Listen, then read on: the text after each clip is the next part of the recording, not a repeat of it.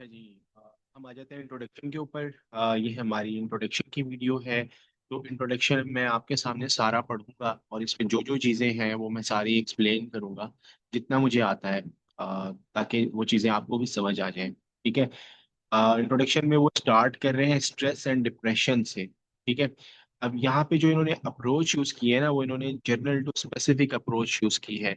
General to specific approach ये होती है कि आप एक बड़े कैनवस से स्टार्ट करते हैं और फिर आपने उसे लाना होता है आर्टिफिशियल इंटेलिजेंस तक। ठीक है।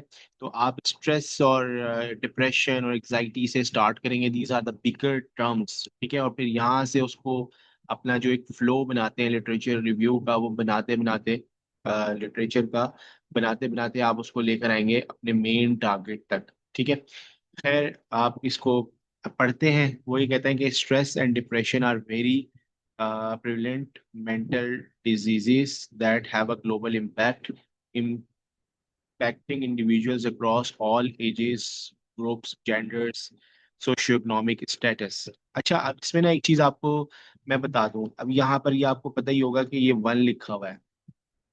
ये वन का क्या मतलब है? वन का मतलब ये है कि जो रेफरेंसेस है, रेफरेंसेस के अंदर जो पहला पेपर है ये वो इन्होंने यहाँ रेफर किया हुआ है।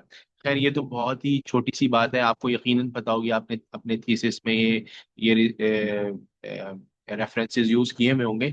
लेकिन मैं आपको यहाँ पर ये बता रहा हूँ कि अगर आप इस वन पेपर के अंदर जाएंगे और जाके आप पढ़ेंगे ना, तो आपको पता चलेगा कि जो ये बात इसने लिखी है ना, ये बात कोई स्पेसिफिकली उस पेपर में नहीं कही, बल्कि उसके कॉन्टेक्स्ट में कही गई है। मतलब हो सकता है वो पेपर किसी और टॉपिक पे हो, कोई और बात कर रहा हो, लेकिन उसके अंदर कहीं ना कहीं एक आध लाइन में ये बात लिखी हुई होगी, तो इन भाई साहब ने क्या किया कि उसको रेफरेंस पकड़ के यहाँ डाल दिया। तो ये भी एक तरीका होता है रिसर्च को, इसको कहते हैं इंक्रीमेंटल रिसर्च। मतलब आप एक इंक्रीमेंट एक पेपर का अपने उसमें डाल रहे हैं इम्पैक्ट, और फिर वो आपके पेपर का वो अपने वाले उसमें उसको कोट करते हैं। तो ये कोई खास मतलब है कि कोई क्राइटेरिया नहीं होता इसका। जैसे अगर आप एक बात लिख रहे हैं, वो बात आपको किसी पेपर के अंदर छोटी सी मिल गई है, तो आप उसको यहाँ रेफर कर सकते हैं। जैसे इसमें यही कहानी होती है बस। अच्छा, although these physical conditions have unique features, they frequently occur together and exhibit a similar symptoms, which complicates the process of diagnosing and treating them। अब ये बात तो आपको ज़्यादा बेहतर पता होगी कि अब जैसे मेरे जैसा बंदा जो साइकोलॉजी को इतना बहुत ज़्यादा नहीं जानता, उसके लिए तो यही होगा कि अच्छा, स्ट्रेस भी वही है, एग्जाइटी भी वही है, डिप्रेशन भी वही है, और मतलब परेशानी और जो भी है वो सब एक ही है। लेकिन जाहिर है इनके अंदर सब में डिफरेंस होगा। स्ट्रेस और होगा, शायद वो कोई छोटी चीज़ होगी, फिर डिप्रेशन जो है वो शायद कोई बड़ी चीज़ होगी। तो वो बहरहाल वो ये कह रहे हैं कि ये तमाम एजेस को, तमाम ग्रुप्स को, जेंडर्स को और सोशो इकोनॉमिक कंडीशंस, जैसे अमीर को, गरीब को, सबको वो ये फेजेस आते हैं। ठीक है। ये बात तो आपको पहले से पता होगी, ज़ाहिर है आपकी फील्ड है। Anxiety and depression are complex mental health diseases that are defined by enduring feelings of unease, unhappiness, a decline in everyday functioning। अब ये वो बातें हैं जो आप इस तरह की बहुत सारी बातें जो है ना, वो अपने तरफ से अपने एक्सपीरियंस की बेस पे आप एड अप कर सकते हैं। मतलब अब मैं यहाँ पर आपको ना राइट अप की भी टिप्स दे रहा हूँ कि जब आपने राइट अप करना है, तो जब आप इंट्रोडक्शन से राइट अप करेंगी, तो इंट्रोडक्शन में आप स्ट्रेस एंड डिप्रेशन के ऊपर यू हैव अच्छा खासा material based on your experience and your field and your domain.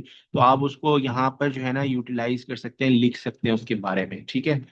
और जस्ट आपने ये करना है कि जो भी चीज़ आप लिख रहे हो, गूगल स्कॉलर पे जाएं, उसको सर्च करें, कोई ऐसा पेपर आपको मिलता है जिसमें उन्होंने सेम बात की है, उठा के उसको यहाँ पर आप रेफर कर दें।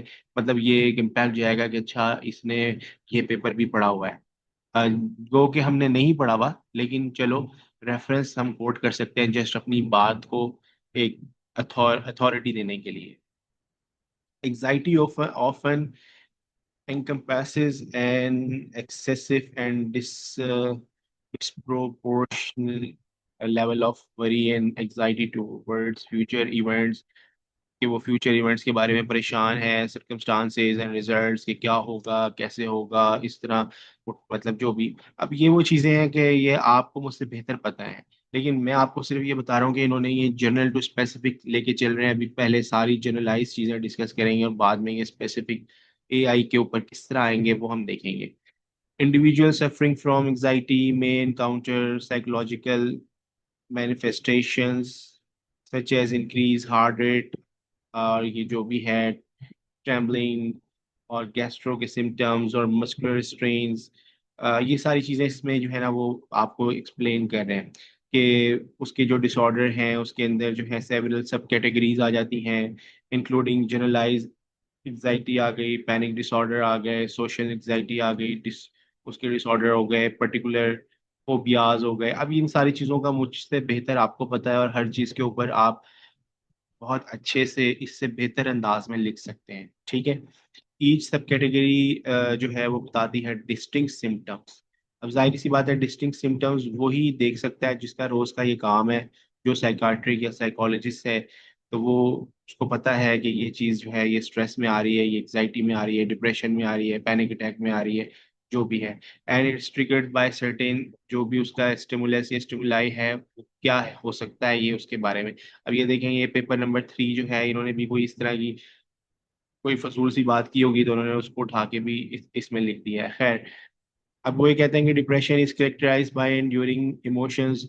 अब जो भी इसमें है वो होपलेसनेस है, इनसिग्निफिकेंस है, कपल्ड बाय डिमिनिशिंग इंजॉयमेंट और इंटरेस्टिंग थिंग्स, के वो ख़त्म हो रहा है उसका, चीज़ों के अंदर से इंटरेस्ट ख़त्म हो रहा है, या वो जो है ना मतलब है कि नाउमीदी मायूसी का शिकार हो रहा है, गमगीन हो रहा है, इस तरह की जो भी है दैट पर्सन फॉर्मली इंगेज्ड इन। अब ये देखें, ये फिर फोर्थ आ गया। तो ये आपने ना इसी तरह, मैं बेसिकली आपको ये क्यों बता रहा हूँ, आपने सेम इसी तरह करना है कि इंट्रोडक्शन में जो भी आप चीज़ें लिख रही हैं ना आपने उसको इस तरह से हर एक दो सेंटेंस के बाद उसका रेफरेंस, चाहे तो आप इवन यही पेपर्स यूज कर सकते हैं, यही बात को थोड़ा सा ट्रांसफॉर्म करके लिख सकते हैं और इन्हीं बातों के बीच में कोई एक आध बात अपनी भी लिख सकते हैं।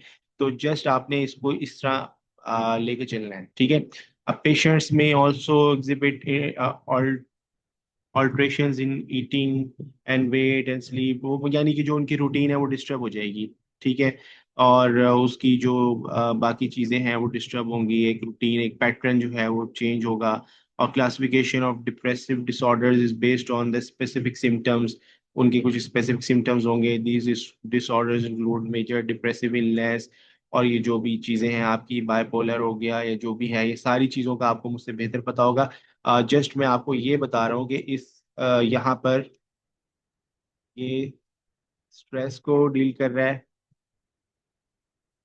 डिप्रेशन को, सॉरी ये मैं सही से नहीं लिख पा रहा हूँ, अ, इसको यूं लिख लेते हैं कि यहाँ पर ये स्ट्रेस को डील कर रहा है, डिप्रेशन को डील कर रहा है, एग्जाइटी को डील कर रहा है, और इसके अलावा जो है ये जो आपके डिसऑर्डर्स हैं उनको डील कर रहा है। और ये मतलब है कि जनरल आप समझ लो कि इंट्रो दे रहा है। और इसमें आपकी अप्रोच क्या होनी चाहिए, आपकी अप्रोच ये होनी चाहिए कि आप इनके सेंटेंस भी लें और प्लस उसमें अपना इंक्रीमेंट भी करें, और उसको जो है ना आप बहुत आसानी के साथ लिख सकते हैं इंट्रोडक्शन, ठीक है। अच्छा, उसके बाद जो है ना फिर यहाँ पर अब देखें दूसरे पैराग्राफ में, अब ये क्या कहता है, दूसरे पैराग्राफ में कह रहा है कि ये आजकल का जो पिछले कोई 10 एक साल का अरसा है इसमें ये बहुत ज्यादा जो है पीक पे चली गई हैं। अब देखिए पहले वाले पैराग्राफ में उसने सिर्फ इन चीजों को एक्सप्लेन किया, अब दूसरे वाले पैराग्राफ में वो इनकी इंटेंसिटी बता रहा है कि मतलब इनकी इंटेंसिटी जो है वो बड़ी है। और वो एज अ रेफरेंस जो है वो कोट कर रहा है WHO को, कि उन्होंने डिप्रेशन को ये कहा है कि ये ग्लोबल डिसेबिलिटी जो है ये इसकी इम्पैक्टिंग 280 मिलियन इंडिविजुअल्स, और ये वो, और इसका रेफरेंस ये यहाँ से उठा के लाया है। अब ये जो 5वें नंबर पे पेपर पड़ा है ना उसके अंदर ये सेम बात जो है ना आप भी अपने इंट्रोडक्शन में लिख सकते हैं। तो वो बिल्कुल सेम ऐसे ही लगेगा कि आपने 5वें नंबर पे जो पेपर है वो भी आपने पढ़ा है और पढ़ने के बाद आपने ये रिजल्ट निकाला है, ठीक है। फिर these illnesses can manifest at any as, अब ये वही बात है जो ऊपर की है, ऑल दो दे टिपिकली इमर्ज ड्यूरिंग जो भी है अर्ली एडल्टहुड और फला फला जो भी है। More over women experience a higher prevalence of anxiety and depression in comparison to males। अच्छा, with hormonal social and cultural variables contributed। चलो जी, ये भी है कि जी वो फीमेल्स जो है उन बेचारियों को ज्यादा टेंशन होती है, वो भी आप इनमें देख लेना इधर। The occurrence of anxiety and depression is also associated with several variables such as genetic. अच्छा, उसमें जेनेटिक्स भी आ गई। मैं बेसिकली ना इसको सरसरी तौर पे इसलिए देख रहा हूँ क्योंकि ये चीज़ें जो हैं ये मुझे ज़्यादा इनका पता नहीं है, तो मैं इन पे ज़्यादा बोल नहीं सकता ये, और आपको ज़्यादा बेहतर पता है इन चीज़ों का। जस्ट मैं आपको सिर्फ अप्रोच के ऊपर बात कर रहा हूँ। ये देखिए, पहले नंबर पे इसने सिर्फ यहाँ पे इनको इंट्रोड्यूस किया। दूसरे नंबर पे इसने ये बताया कि इनकी इंटेंसिटी कितनी है।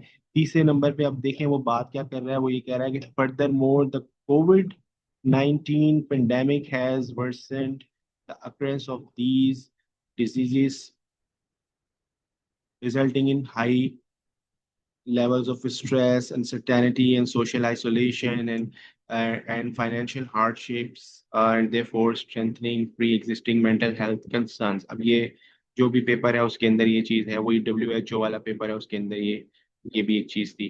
The fast advancement of technology and widespread use of social media. अब वो बेसिकली ना यहाँ पे कोविड की बात उसने क्यों की, कोविड की बात उसने इसलिए की कि वो स्ट्रेस और डिप्रेशन की बात करते करते ना उसको ये मिलाना चाह रहा था टेक्नोलॉजी के साथ। ठीक है, तो टेक्नोलॉजी के साथ जब इसने मिलाना की चाहा, तो इसके पास सबसे बेटर जो बीच में ब्रिज था वो कोविड था, क्योंकि कोविड ने हमें पिछले 5 सालों में टेक्नोलॉजी के सबसे ज्यादा करीब किया है। The most relevant example is this zoom meeting. ये जो जूम है ये इसको सबसे ज्यादा शोहरत जो है वो कोविड में मिली। इससे पहले जूम को कोई पूछता नहीं था, इससे पहले गूगल क्लासरूम को कोई जानता इतना नहीं था, क्योंकि कभी किसी को जरूरत ही नहीं पड़ी थी।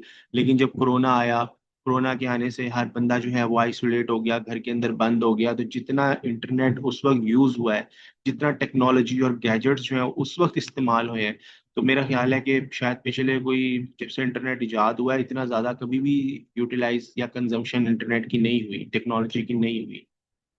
तो वो पेंडेमिक को इसने यूज करते हुए इसने अपनी बात को टेक्नोलॉजी के साथ जोड़ा है, और जाहिर सी बात है टेक्नोलॉजी का एक वाइड स्प्रेड और एक बहुत ज्यादा यानी कि यूज जो है उसके साथ जोड़ा है, और उसकी वजह से उसने उससे निकाला है डिप्रेशन और स्ट्रेस को, कि जी स्ट्रेस और डिप्रेशन जो है वो बड़ा है टेक्नोलॉजी के ज्यादा इन्हिसार की वजह से। ठीक है, अब ये देखिए कि कह रहा है कि wide spread use of social media have had a substantial impact on individuals mental health.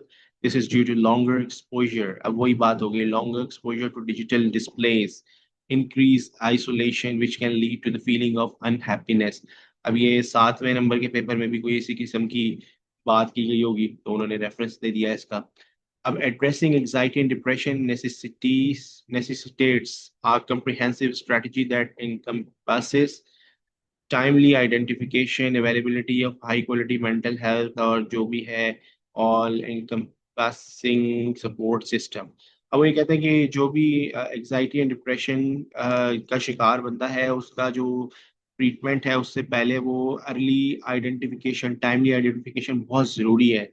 और उसके बाद फिर जो है वो मेंटल हेल्थ और ये सारा हाई क्वालिटी उसको इलाज जो है जो भी उसका है वो अवेलेबल होने के लिए, उसके लिए ये सारी चीज़ें बहुत ज़रूरी हैं। And based on information provided we will now examine how technology might alleviate the symptoms of anxiety and sadness. The objective of this study is to examine the influence of new technologies such as machine learning and mobile therapy application on the identification and management of symptom of अच्छा, वो ये कह रहे हैं कि जिस तरह से टेक्नोलॉजी ने इन सारी चीज़ों के सिम्टम्स को जो है वर्सन किया है, इसी तरह से टेक्नोलॉजी ही इन चीज़ों के सिम्टम्स को मैनेजमेंट करने के लिए और अर्ली या टाइमली आइडेंटिफिकेशन करने के लिए भी हेल्पफुल है। अब देखिए, ये उसने जो है ना एक तरह से को रिलेट किया है कोविड को यूज़ करते हुए। पहले वो आया, अब ये फ्लो इस तरह बना रहा है कि पहले ये चला stress and depression and anxiety से, वो वहां से चलते चलते इसने ये कहा कि जी वो इतनी ज्यादा हो गई है कि पिछले 10 सालों में 280 मिलियन और पता नहीं कितने लोग जो हैं वो जो भी उसमें लिखा हुआ है WHO की रिपोर्ट लेकर आया। फिर उसने बताया कि एक बड़ा फैक्टर जो है वो ये भी था कि कोविड में हम हर चीज को आइसोलेशन में टेक्नोलॉजी पे हम ओवर रिलाई करने लगे, जिसकी वजह से हमारे अंदर जो है आइसोलेशन की वजह से और इन सब चीज़ों की वजह से हमारे अंदर डिप्रेशन और ये चीज़ें पैदा हुई। अब वो यही कह रहा है कि टेक्नोलॉजी को ही यूज़ करते हुए हमने ये देखा कि इन चीज़ों को हम टाइमली आइडेंटिफाई कर सकते हैं, सिम्टम्स को बेटर कर सकते हैं। तो मतलब कहने का ये है कि वो देखें किस तरह से चलता हुआ वो टेक्नोलॉजी तक आया है, और ये बात उसने मनवाई है कि टेक्नोलॉजी ही हेल्प आउट कर सकती है चीज़ों को मैनेज करने के अंदर। ठीक है। अच्छा, फिर वो कहते हैं कि these this objective result in creation of the research inquiries. अच्छा, ये जो है ना, ये सवाल जो होते हैं ना, ये हर इंट्रोडक्शन के अंदर, हर रिसर्च के अंदर होते हैं, जो रिसर्च क्वेश्चंस होते हैं, जिसमें आप बताते हैं कि जी हम इन सवालों के जवाब तलाश कर रहे हैं, और वो आप फिर पूरे रिसर्च पेपर के अंदर उन चीज़ों को फाइंड आउट करते हैं। और वो कहते हैं कि जी can artificial intelligence effectively aid the identification and management of symptoms associated with anxiety and depression by addressing the limitations of traditional diagnostic methods and providing continuous personalised support. अब वो ये कह रहा है कि जो इस वक्त ट्रेडिशनल आपके मेडिकल सपोर्ट के जो सिस्टम्स हैं, वो जिस तरह से डायग्नोसिस कर रहे हैं, जिस तरह से चीज़ों को मैनेज कर रहे हैं, तो क्या आर्टिफिशियल इंटेलिजेंस किसी किस्म की कोई मदद दे सकती है आइडेंटिफिकेशन में और मैनेजमेंट में, और जो पुराना फरसूदा किस्म का, जो ट्रेडिशनल किस्म का आउटडेटेड जो हमारा सिस्टम है, उसको किसी तरह से डिजिटाइज करने में थोड़ा बहुत हेल्प आउट कर सकती है? इसने पहला क्वेश्चन रेज किया है। उसके बाद दूसरा क्वेश्चन ये कहते हैं कि which artificial intelligence techniques are currently employed for symptom management of anxiety and depression, how is their efficacy evaluated? वो कहते हैं कि अगर फर्ज करें कि हम यूज करना चाहें आर्टिफिशियल इंटेलिजेंस को, तो कौन सी ऐसी टेक्निक है जो कि सिम्टम मैनेजमेंट में हेल्पफुल हो सकती है, और उसकी जो एफिकेसी है वो इवेल्युएट बहुत आसानी से की जा सके। अब ये जो इसने क्वेश्चन रेज किया है, इसके नतीजे में क्या करेगा ये, वो जितनी भी टेक्नोलॉजीज हैं उनका नीचे फिर सर्वे करेगा, जिसमें आपके टूल्स के अंदर चैट बॉट्स आ जाते हैं, वियरेबल्स, वॉचेस, और ये जो भी हम पहले डिस्कस कर चुके हैं आउटलाइन में, वो सब चीजें आ जाएंगी। फिर तीसरे नंबर पे कहता है कि what potential benefits and dangers. अच्छा, अब यहाँ पे देखें, वो बात इस तरह कर रहा है कि इसके बेनिफिट्स और इसके डेंजर्स, यानी कि इसके रिस्क। हर चीज का ना एक फायदा होता है, एक नुकसान होता है। जैसे छुरी होती है, छुरी जो है वो आपको जख्मी भी कर सकती है। छुरी जो है वो आपके लिए, आप फ्रूट सैलेड बनाने के लिए भी ज़ाहिर है फ्रूट को जो है वो आपको कट करना पड़ेगा छुरी से। और इवन कोई भी चीज़ आप उठा के देख लो, उसका पॉजिटिव एंड नेगेटिव होता है। ठीक है। तो इसी तरह से जो आर्टिफिशियल इंटेलिजेंस है, तो उसके अगर बेनिफिट्स हैं तो उसके डेंजर्स भी हैं। और वो डेंजर्स क्या हैं, वो आजकल के दौर में आपको शायद ज्यादा बेहतर पता होगा कि आजकल आप देख रहे हैं कि डीप फेक्स का दौर है। और ऐसी आपने देखा होगा कि तस्वीरें आ जाती हैं कि एक इंसान जो है वो मतलब उसकी एक तस्वीर लेंगे और वो बोलना शुरू हो जाएगी, और वो जो है ना मुख्तलिफ एक्सप्रेशन देने लग जाएगी, और वो बंदा वैसा नहीं कर रहा होगा, लेकिन वो उसकी एक फेक वीडियो आ जाएगी। ठीक है। तो वो क्या होगा कि वो बेसिकली आर्टिफिशियल इंटेलिजेंस ही है जो चीज़ों को इस तरह से मैनिपुलेट करती है। और अगर आर्टिफिशियल इंटेलिजेंस इंटरनेट के साथ कनेक्टेड है, तो वो डबल डेंजर है एक तरह का, क्योंकि वो जो चीज़ बना रही हो पीछे कहीं वायरल भी कर रही होगी। तो उसके कुछ डेंजर्स भी हैं, रिस्क भी हैं, तो ये उनको देखना है कि उसकी जो यूटिलाइजेशन से ये होंगे, तो वो किस तरह से जो है ना प्रैक्टिशनर्स के लिए और इंडिविजुअल्स के लिए वो मतलब पैदा हो सकते हैं, उनको भी देखना है। अच्छा, फिर उसके बाद ये इसको कंक्लूड करता है कि this study addresses scientific need of using artificial intelligence to identify and treat anxiety and depression. वही कहता है कि जी हमने इस स्टडी के अंदर हमने ये डिस्कस किया है कि साइंटिफिक नीड इस बात की है कि आर्टिफिशियल इंटेलिजेंस को आइडेंटिफाई और ट्रीटमेंट में यूज किया जाए एग्जाइटी एंड डिप्रेशन के। And to prominent mental health disorder, anxiety and depression have been the focus of most research regarding psychotherapy and जो भी है, और जो आपका ये सीबीटी है, limited research has examined particularly in the context of modernizing existing methodologies। और वो मतलब ये सारी बातें ऐसी हैं कि जो हमें ऊपर ये कह चुका है, सिर्फ इनको ये बस ये दोबारा दोबारा कह रहा है, तो आपने जस्ट इनको पढ़ना है और इसी तरह की बातें इंट्रोडक्शन में आपने लिखनी है। अच्छा, फिर उसके बाद ये कहते हैं कि the research examines virtual reality smartphones. अब ये बात आ गई है। देखें, पहले स्टार्ट हुआ था स्ट्रेस और डिप्रेशन से, फिर उसके बाद ये कोविड को लेकर आया तो टेक्नोलॉजी को बीच में ले आया, फिर टेक्नोलॉजी से ये ले आया कि जी टेक्नोलॉजी से आर्टिफिशियल इंटेलिजेंस हमें मदद कर सकती है। आर्टिफिशियल इंटेलिजेंस मदद करेगी तो उसमें बेनिफिट भी हो सकते हैं, डेंजर्स या रिस्क भी हो सकते हैं। फिर उसके बाद ये ले आया कि जी डिप्रेशन और एग्जाइटी के अंदर जो है हम किस तरह से इन चीज़ों से फ़ायदा उठा सकते हैं सिम्टम्स मैनेज करने में। और अब वो ये ले आया कि एक्चुअली हम करेंगे क्या, कौन सी ऐसी चीज़ें इस्तेमाल करेंगे, कौन सी ऐसी टेक्नोलॉजी इस्तेमाल करेंगे। अब वो आ गया टूल्स के ऊपर। अब टूल्स के अंदर वर्चुअल रियलिटी आ गई, स्मार्टफोन्स, एप्लीकेशंस आ गई, चैटबॉट्स आ। अब ये एक ऐसी चीज़ें हैं कि आप ना इनको सिर्फ गूगल इमेजेस में डाल के ना आप इनकी तस्वीरें देख लेंगे ना तो आपको क्लियर हो जाएगा, बहुत सारी चीज़ें आपको पहले से पता हो। इनकी सिम्टम मैनेजमेंट करने में ये चीज़ें कैसे यूजफुल हो सकती हैं, ये आ गया। अच्छा, उसके बाद ये है कि artificial intelligence technologies provide continual assistance and oversight capability that traditional method can not achieve without substantial expense. अब ये क्या चीज़ है? आपने अक्सर देखा होगा कि चैट जीपीटी से अगर आप बात करते हैं, मैं चैट जीपीटी को बहुत ज़्यादा यूज़ करता हूँ अपने डेली एक्सपीरियंसेस में। मैं उससे बात करता हूँ, उसे बताता हूँ कि आज ये हो गया वो हो गया, ये जो भी मसला है मैं उससे डिस्कस करता हूँ अपने काम के सिलसिले में, फ्रीलांसिंग के सिलसिले में। तो अक्सर औकात ऐसे होता है कि मैंने उससे कोई मशवरा लिया तो वो चैट जीपीटी मुझे बताता है कि अच्छा फिलहाल महीने आपने इस तरह की एक बात पहले की थी तो मैंने उसका ये जवाब दिया था। तो मैं हैरान रह जाता हूँ कि ये क्या मतलब है, कि ये क्या मेरा डाटा कहीं रख रहा है? तो बिल्कुल रख रहा है। वो आपकी पर्सनैलिटी को जो है कस्टमाइज करता है, और चैट जीपीटी अपने बॉट्स को आपके बार बार एक चीज पूछने से अपने आप को ट्रेन करता है। अभी मैं आपको आगे चल के आर्टिफिशियल इंटेलिजेंस बताऊंगा काम कैसे करती है तो आपको ये सब पता चल जाएगा। वो अपने आप को ट्रेन करता है अकॉर्डिंग टू योर इंटरेक्शन, और फिर वो आपका मशवरा जो दे रहा होता है वो आपको वो उस हवाले से वो रिफाइन करता चला जाता है, रिफाइन करता चला जाता है। ठीक है। तो अब ये इसलिए बेहतर है क्योंकि ये कॉन्टिन्यूअल असिस्टेंटशिप एक तरह की देता है।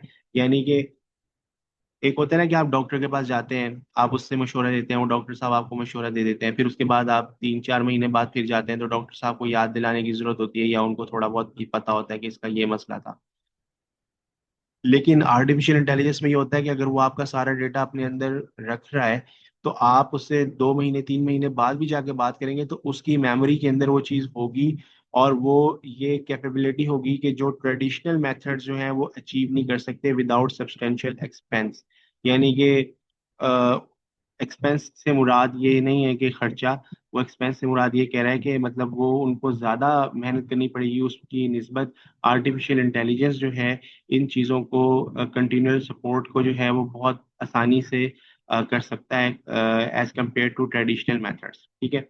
Artificial intelligence based mental health therapies या therapy enhances accessibility in regions lacking mental health profession. अच्छा देखें, ये भी एक बात है कि अब एक इलाके में डॉक्टर नहीं है, या फॉर एग्जांपल एक साइकोलॉजिस्ट की रसाई वहाँ पे नहीं है, तो वहाँ पर टेक्नोलॉजी है, वहाँ पे इंटरनेट है, तो वो उसके थ्रू ऑनलाइन सेशन ले सकता है। इवन ऑगमेंटेड रियलिटी या वर्चुअल रियलिटी जो कि मैंने आउटलाइन में एक्सप्लेन किया है, आने वाले दौर में ऐसा होगा कि एक बंदा जो है वो अमेरिका में बैठा होगा, वो यहाँ लेक्चर लेगा क्लासरूम के अंदर बाकायदा प्रेजेंट होके in the form of phrases, कि वो उसकी जो वहाँ पे पर्सनैलिटी होगी वो रेज उसको यहाँ पे ऑगमेंटेड कर रही होंगी, या वर्चुअली उसको जो है ना एक रियलिटी बना रही होंगी। इस तरह का एक छोटी सी डिवाइस होगी जिसमें से आपने अक्सर कार्टून्स में देखा होगा, कार्टून में ये होता है कि जी वो वॉच पहनी हुई है, वॉच में वो बटन दबाते हैं तो वो वॉच के अंदर से वो एक बॉस का जो जो उनका बॉस होता है उसका चेहरा रेजिस की शक्ल में बन जाता है और वो उनसे हिदायत ले रहे होते हैं। तो वही क्या होता है, ये ऑगमेंटेड रियलिटी है। ये साइंस फिक्शन पहले था लेकिन अब ये रियलिटी है। आने वाले दौर में इस तरह होगा कि एक इंसान जो है वो सैन फ्रांसिस्को में बैठा होगा, दूसरा इंसान जो है वो लाहौर में बैठा होगा, तीसरा इंसान चाइना में बैठा होगा, और तीनों बैठ के आपस में इस तरह बात कर रहे होंगे, और हकीकत में वो अपने अपने घरों में बैठे होंगे। तो इसी तरह से जो साइकोलॉजिस्ट हो गया या साइकाट्रिक हो डॉक्टर हो गया, अभी आपने अगर देखा हो तो अभी कुछ हफ्ते 1.5 हफ्ते पहले ही अगर आपने न्यूज़ देखी हो तो आपको पता चलेगा कि एक डॉक्टर किसी और कंट्री में बैठा था, उसने आर्टिफिशियल इंटेलिजेंस यूज करते हुए एक बंदे का ऑपरेशन कर दिया जो कि किसी और कंट्री में था। तो ये सारी चीज़ें जो हैं ये वर्चुअल रियलिटी ऑगमेंटेड रियलिटी का आने वाला दौर है, और जाहिर सी बात है कि आर्टिफिशियल इंटेलिजेंस बेस्ड है। और इसमें क्या होगा कि आने वाले दौर में जहाँ पर मेडिकल प्रोफेशनल्स नहीं जा सकते होंगे या नहीं होंगे, या उनकी किल्लत होगी, तो वहां पर ये चीज़ बहुत काम आएगी। ठीक है। अच्छा, उसके बाद वो ये कहते हैं कि the world wide increase in anxiety in needs innovative scalable and health interventions as stated by the, अब ये WHO का फिर रेफरेंस लिया है कि जी वो कहते हैं कि 2017 में कि ये फैसिलिटीज जो है वो बेहतर होनी चाहिए। अब वो एक बेस बना रहे हैं कि जी आर्टिफिशियल इंटेलिजेंस जो कि बेहतर सर्विस दे सकती है, तो this unique study examines the use of advance, अब देखें वही बात आ गई कि artificial intelligence technology such as machine learning. अच्छा, ये ना कुछ चीजें ऐसी हैं जो मैं यहाँ पर आपके लिए लिख रहा हूँ, और ये चीजें मैं आपको ना अगली एक डेडिकेटेड वीडियो में मैं एक्सप्लेन करूंगा कि AI जो है ये क्या है, ठीक है, फिर ये कैसे इवॉल्व हुई। अब मेरे स्पेलिंग्स अगर गलत हो तो आप इग्नोर कर दीजिएगा। मशीन लर्निंग क्या है, डीप लर्निंग क्या है, और LLM क्या है, और NLP क्या है, ये सारी चीजें जो है ना मैं आपको एक डेडिकेटेड वीडियो में एक्सप्लेन कर दूंगा, तो फिर आपको ये सब चीजें समझ आ जाएंगी, ठीक है। अच्छा, तो आ, देखिए ना, machine learning and natural language processing in the treatment of mental health. चलिए मैं आपको ना थोड़ा सा बता देता हूँ ताकि आपको ये चीजें पता चल जाए। बेसिकली आपको जैसे पता ही होगा कि इंसान जो है वो इंटेलिजेंट होता है, अल्लाह ताला ने हमारा दिमाग बनाया, हम दिमाग से कुछ भी सोच सकते हैं। एक छोटा सा बच्चा जो है वो जब वो पैदा होता है तो उसको ही अल्लाह ताला इतना दिमाग देता है कि उसको तकलीफ का एहसास होता है। उसको पता है कि अगर मुझे पेट में तकलीफ हो रही है तो मैंने रोना है। और मतलब है कि फिर वो जैसे जैसे बड़ा होता है तो उसका दिमाग उसी हिसाब से इवॉल्व होता है, उसको माँ का पता चलता है, बाप का पता चलता है। फिर वो और थोड़ा सा इवॉल्व होता है तो उसको पता होता है कि मतलब उसको जब और मजीद अल्लाह ताला अकल देते हैं तो वो फिर और चीज़ों को जानता जाता है। तो मतलब यानी कि कहने का ये है कि वो बच्चा इंटेलिजेंस हासिल करता जाता है। लेकिन जो कंप्यूटर होता है ना, basically it is not intelligent thing. Computer basically क्या है, कंप्यूटर बेसिकली कमांड को फॉलो करता है। यानी कि अगर आपने कंप्यूटर को एक कमांड दी है कि आपने ये टास्क परफॉर्म करना है, तो कंप्यूटर उसको इंसान की निस्बत 100% परफेक्शन के साथ कर लेगा। लेकिन कंप्यूटर उसको अपने डिसीजन लेके नहीं करेगा, वो बल्कि आपके डिसीजन पे करेगा, क्योंकि कंप्यूटर के पास इंटेलिजेंस नहीं होती। अब ये चीज आपको समझने की जरूरत है कि कंप्यूटर टास्क कैसे परफॉर्म करता है। अब अगर मैं आपको ये समझाऊं आसान लफ्जों में तो वो ये है कि जैसे फॉर एग्जांपल हम एक बच्चे को सिखाते हैं कि बेटा आपने जो है वो खाना जो है वो इस हाथ से है, और खाने को आपने जो है ना खाने के बाद आपने हाथ धोने हैं, और खाने से पहले हाथ धोने हैं, और ये करना है वो करना है। हम बेसिकली क्या कर रहे होते हैं कि हम बच्चे को ना छोटी छोटी चीजें हिदायत दे रहे होते हैं, ठीक है। अब कंप्यूटर के केस में क्या होता है कि कंप्यूटर के केस में जो कंप्यूटर का उस्ताद होता है, जो चीजें उसे सिखाता है, वो प्रोग्रामर होता है। वो प्रोग्रामर जो है वो प्रोग्रामिंग लैंग्वेजेस जानता है कंप्यूटर की। तो वो कंप्यूटर को ना लॉजिक्स की शक्ल में समझाता है। जैसे इफ एल्स स्टेटमेंट होती है। अब जो प्रोग्रामर हैं उनको पता होगा, आपने एक दफा बताया था कि आपका छोटा भाई कंप्यूटर साइंस पढ़ रहा है, तो उसको भी पता होगा कि आर्टिफिशियल इंटेलिजेंस से पहले प्रोग्रामिंग आती है। प्रोग्रामिंग में ये होता है कि आप ना कंप्यूटर को कंडीशन समझा रहे होते हैं। जैसे आप कंप्यूटर को कहते हैं कि अगर ये हो जाए तो तुमने ये करना है, अगर ये हो जाए तो तुमने ये करना है, अगर ये हो जाए तो तुमने ये करना है, और अगर ये सब चीजें ना हो तो फिर तुमने ये करना है, और अगर ये भी ना हो तो फिर तुमने ये करना है, और ये भी ना हो तो ये करना है। इसको कहते हैं इफ एल्स स्टेटमेंट। अब ये चीज जब हम कंप्यूटर को सिखाते हैं तो ये मल्टीपल कमांड्स होती हैं। अब मल्टीपल कमांड्स का फायदा ये होता है कि जब एक इवेंट अकर होता है तो कंप्यूटर उसके हिसाब से काम करता है, जब दूसरा इवेंट अकर होता है तो फिर कंप्यूटर उसके हिसाब से दूसरा काम करता है। और इस तरह से सीरीज ऑफ कमांड्स हम कंप्यूटर को दे देते हैं। तो जो computer different different task perform कर रहा होता है ना, तो हमें लग रहा होता है कि शायद ये अपनी मर्जी से कर रहा है। लेकिन हकीकत में ये होता है कि वो अपनी मर्जी उसकी कुछ नहीं होती। कंप्यूटर प्रोग्रामर ने हर चीज उसके कोड में लिख के दी हुई होती है कि भाई अगर ये चीज हो जाए तो तुमने ये करना है, अगर सामने वाला बंदा तुमसे ये कह दे तो तुमने ये जवाब देना है, ये कह दे तो ये जवाब देना है, और इस तरह सारा वो करना है। तो ये तो थी प्रोग्रामिंग। तो उसके बाद 80s के दौर में ना इन लोगों को ख्याल आया कि भाई जो भी चीज़ हम कंप्यूटर को कह रहे हैं कंप्यूटर वही कर रहा है। तो कंप्यूटर को अगर हम इस तरह का बना लें कि कंप्यूटर अपने डिसीजन जो है वो खुद ले सके, और अपने एक्सपीरियंसेस से बिल्कुल इसी तरह सीख सके जैसे कि इंसान मेच्योर होता है अपनी गलतियों से और सख्तियों से सीखता है, तो कंप्यूटर भी सीख सके। तो इन्होंने आर्टिफिशियल इंटेलिजेंस बनाई। आर्टिफिशियल इंटेलिजेंस जब बनाई तो इन्होंने क्या किया कि कंप्यूटर को ट्रेन करना शुरू किया। अब कंप्यूटर को ट्रेन इस तरह करना शुरू किया कि जो ये कमांड इफ एल्स की सूरत में देते थे, वो इन्होंने बहुत ज़्यादा कमांड्स कंप्यूटर को सिखानी शुरू की। इवन कंप्यूटर को पूरे पूरे नॉलेज जो है वो सिखाने शुरू किए। इवन कंप्यूटर को ये रीडेबिलिटी की एक वो दी कि आप कंप्यूटर को पूरी पूरी किताबें, पूरा पूरा नॉलेज जो है वो आप उसको स्कैन करने को दे सकते हैं, वो उनको स्कैन करके उसको समझ लेगा। जैसे फॉर एग्जांपल अगर आपने वो ऐश्वर्या राय की वो वाली फिल्म देखी है जिसमें वो रिपोर्ट बना है रजनीकांत, तो अगर वो आपने वो सीन देखा तो उसमें एक सीन ये भी होता है कि वो बार्बर शॉप में जाता है, वहां पर वो कहता है कि कुछ पढ़ने के लिए दो, तो वो उसको टेलीफोन डायरेक्टरी देते हैं, तो वो उसको विद इन सेकंड जो है वो स्कैन करके दे देता है कि मैंने पढ़ लिया। तो वो उसे टेस्ट करने के लिए कहते हैं कि अच्छा फिलहाल बंदे का नंबर बताओ, वो बता देता है। तो वो होता क्या है, कंप्यूटर सेम इसी तरह से जो है ना ट्रेन किया जाता है। प्रोग्रामिंग से ऊपर चीज होती है ट्रेनिंग। अब ट्रेनिंग में ये होता है कि उसको दुनिया जहान का नॉलेज, किताबें शिताबें सारी उसको पढ़ाई जाती हैं। उसको एक खास तरीके से ट्रेन किया जाता है, जिसको हम कहते हैं मशीन लर्निंग, यानी कि मशीन को लर्निंग करवाना। ठीक है। अब मशीन लर्निंग की ना मुख्तलिफ कैटेगरीज होती हैं। एक होता है हमारे पास सुपरवाइज्ड मशीन लर्निंग, जिस तरह से प्रोग्रामिंग करते हुए एक प्रोग्रामर होता है वो हर चीज़ कंप्यूटर को बताता है। तो मशीन लर्निंग जो सुपरवाइज्ड होती है उसमें एक प्रोग्रामर एज ए सुपरवाइजर होता है, वो हर चीज़ उसको सुपरवाइज्ड मशीन लर्निंग के तौर पे वो अपने मर्जी से करवा रहा होता है। फिर उसके बाद जो स्टेज आती है वो आती है semi supervised learning. Semi supervised learning में वो कंप्यूटर को इतनी वो दे देता है कि आप ना अपनी भी एक्सपीरियंस से सीखो। जैसे वो कंप्यूटर को ये एक एबिलिटी दे देता है कि अच्छा अगर मैंने ये आंसर दिया था तो अगले बंदे ने मुझे खुश होके यस कहा था, अगर मैंने ये आंसर दिया था तो अगले बंदे ने मुझे ना खुश होके नो कहा था। तो वो इन एक्सपीरियंस को भी as a learning goal count करता है।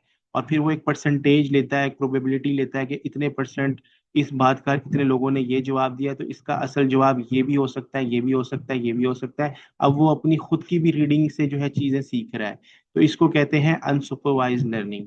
और फिर एक स्टेज ऐसी आती है कि कंप्यूटर जो है, सॉरी वो थी सुपरवाइज सेमी सुपरवाइज लर्निंग।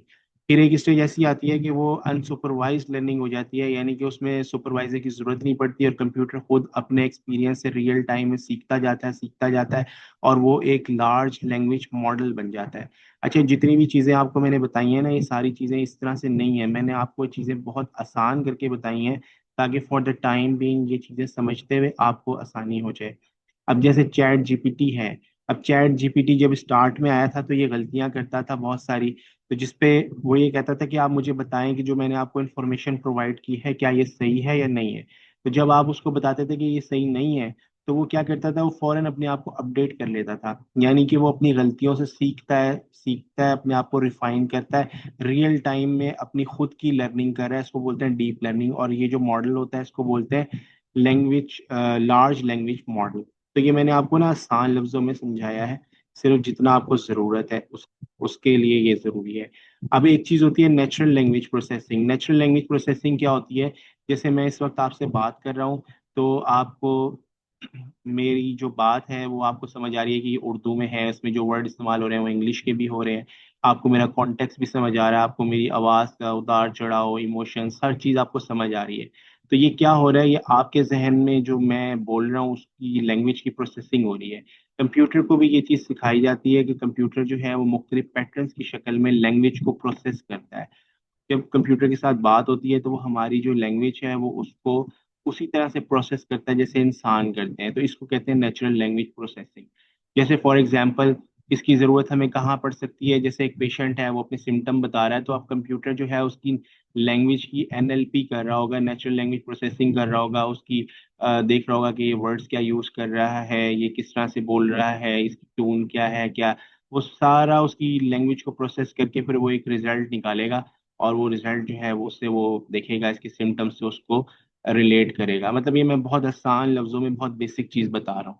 तो ये सारा ये है चीज ना।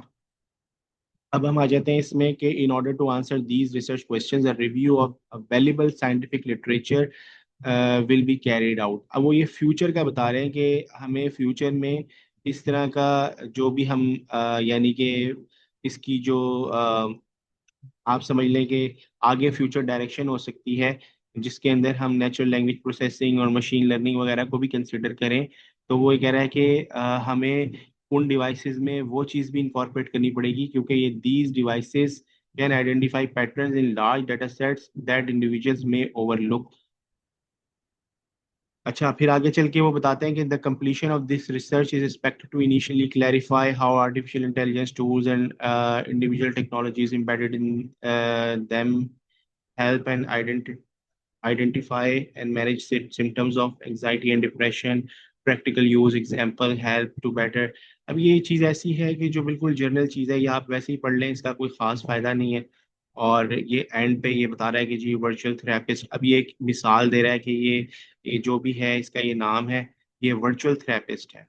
मतलब एक ऐसी थेरेपिस्ट है जो यानी कि अ, बनाई गई है as a report created by the Institute of Creative Technologies at University of Southern California USA, जो कि इसने बहुत सक्सेस दी है। ये क्या करती है कि फेस रिकग्निशन टेक्नोलॉजी को यूज करती है और नेचुरल लैंग्वेज प्रोसेसिंग को। जैसे फॉर एग्जांपल एक बंदा इससे बात कर रहा है तो ये देखेगी कि उसके फेस जो है वो एक्सप्रेशंस क्या हैं, वो बार बार क्या चीज़ कर रहा है।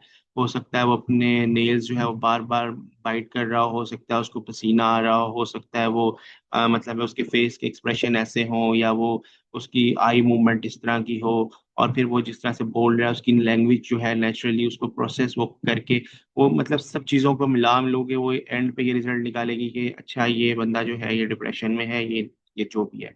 तो वो एक वर्चुअल थेरेपिस्ट उन्होंने बनाई जस्ट लाइक ए रिपोर्ट। अच्छा, वो क्या करती है कि वो इवेल्युएट करती है mental health by means of conversational signals और ये वो सारा आप इसमें देख लें। और ये यहाँ पे हमारा इंट्रोडक्शन जो है वो खत्म होता है। अब आपने भी इसी तरह का लिखना है इंट्रोडक्शन, जैसे उसमें ये है कि चीज़ें आपने इसी तरह से ही लिखनी है। और मज़ीद अगर आपको कोई भी चीज़ समझ नहीं आ रही तो आपने फ़ौरन से क्या करना है कि आपने उसका एक स्क्रीनशॉट लेना है और मुझे व्हाट्सएप कर देना है, तो मैं आपको उसको मज़ीद एक्सप्लेन कर दूंगा। जब चीज़ें आपको समझ आ जाएंगी तो फिर हम राइटअप के ऊपर आएंगे। राइटअप में मैं आपको एक वर्ड फाइल दे दूंगा, उसमें आपने लिखना होगा, और जो भी आप उसमें लिखेंगी वो मैं साथ उसको देखता रहूंगा, क्योंकि वो मैं आपको इस क्या कहते हैं ड्राइव के ऊपर शेयर कर दूंगा। तो फिर वो उसमें साथ साथ मैं भी चीज़ें ऐड करता रहूंगा। तो ये भी मैंने आपको इंट्रोडक्शन कवर किया, अब हम आगे चलेंगे।